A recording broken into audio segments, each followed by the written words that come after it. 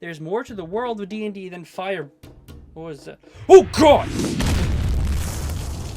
What the? Suck it, nerd. I hate Fireball. Not again!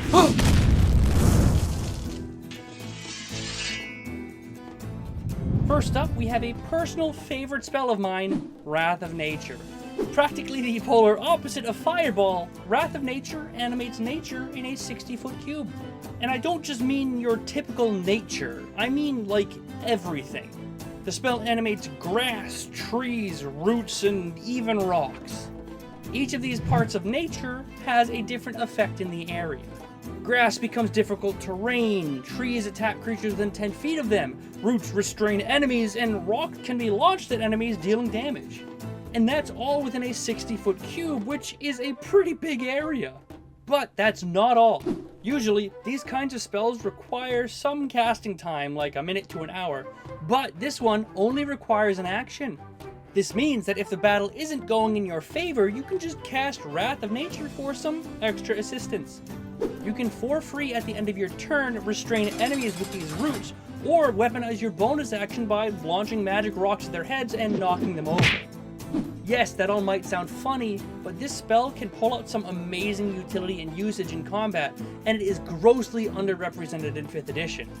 So if you aren't familiar with the spell, you should at least take some time to look it over, because it's definitely going to give you some good fun. Moving on to the second spell for today, we have my literal bane of existence, Death Ward. This is a 4th level spell that you can cast on a target that lasts for 8 hours, protecting them from death. If a target would drop to 0 hit points, they instead drop to 1 hit point. And yes, I know this spell might sound stupidly simple, but trust me, this spell is a nightmare for DMs. If that creature is targeted by a spell or an effect that would outright kill it, even without dealing damage, the effect is negated and consumes the death word. Meaning that this spell can stop a power word kill. A 4th level spell can stop a 9th level power word kill. And if you aren't convinced yet, Death Ward doesn't require any concentration, meaning that you could theoretically pop this on multiple creatures as long as you have enough spell slots. It is the ultimate preparation spell for those oh shit moments. Going into a difficult fight? Death Ward. Preparing to trek into a volcano?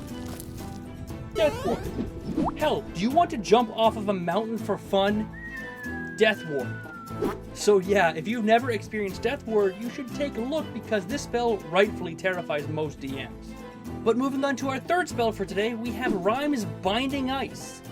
It creates a 30-foot cone of cold energy dealing 3d8 damage or half as much on a successful save.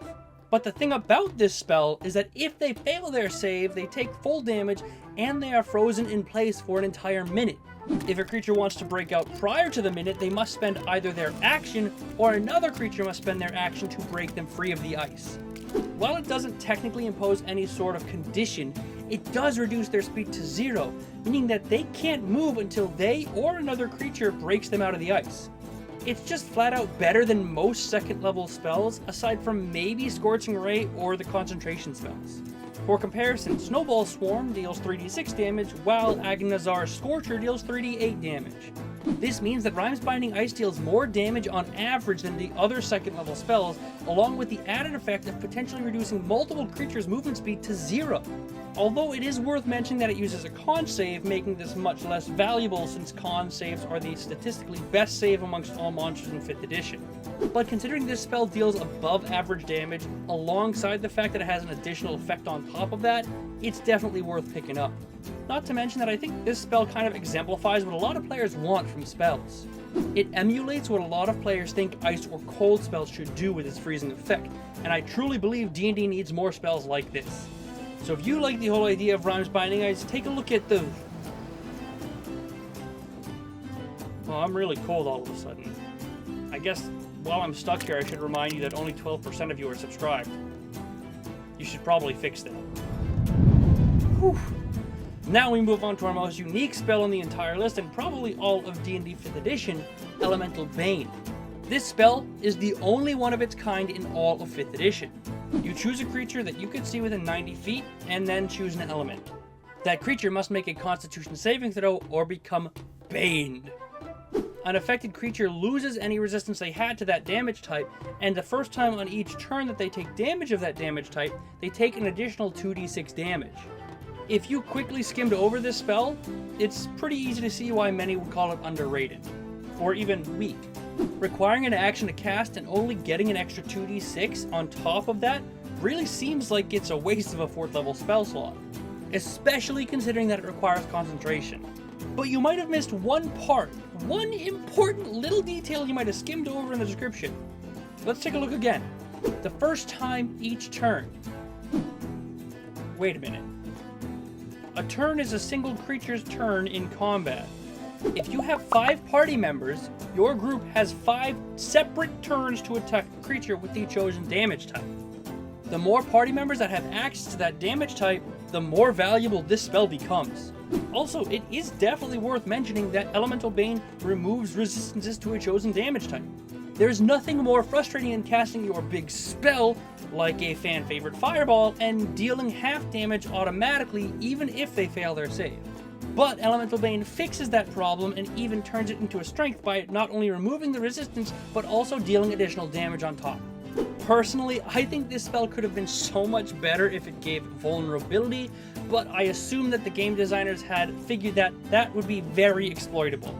Either way, the version of the spell we have today is still pretty cool and has the potential to out-damage a 9th level spell if used in the right scenario. But finally, we move on to the last spell for today's list, Sanctuary. This spell is a thorn in my side as a DM.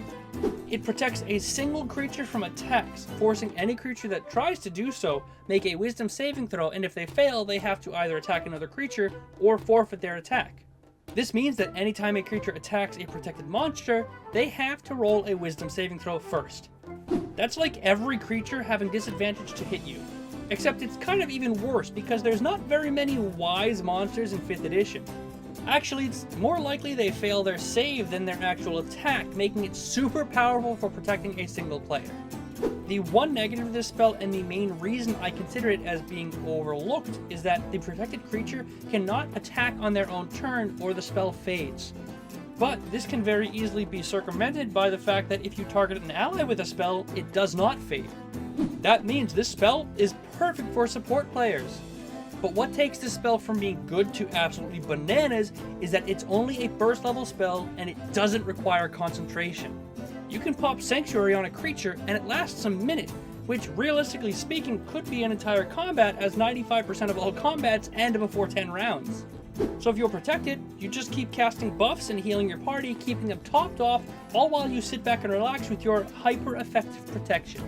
So if you need a little bit of extra protection for some squishier party members, take a look at Sanctuary because it's quite literally made for that. And that's 5 underrated spells for D&D 5th edition. If you want to see more underrated spells, you can check out the playlist in one of these corners or the description below. I've covered most of the spell schools, and actually I think I might have covered them all, so if this is the kind of video you like, then that playlist is the one for you. Also, if you have any underrated spells that I didn't mention, leave a comment below and let me know. I read every comment, almost always reply, and who knows, I might even feature your comment in the next video. Thank you very much for watching, I hope you enjoyed, and I will see you on Friday.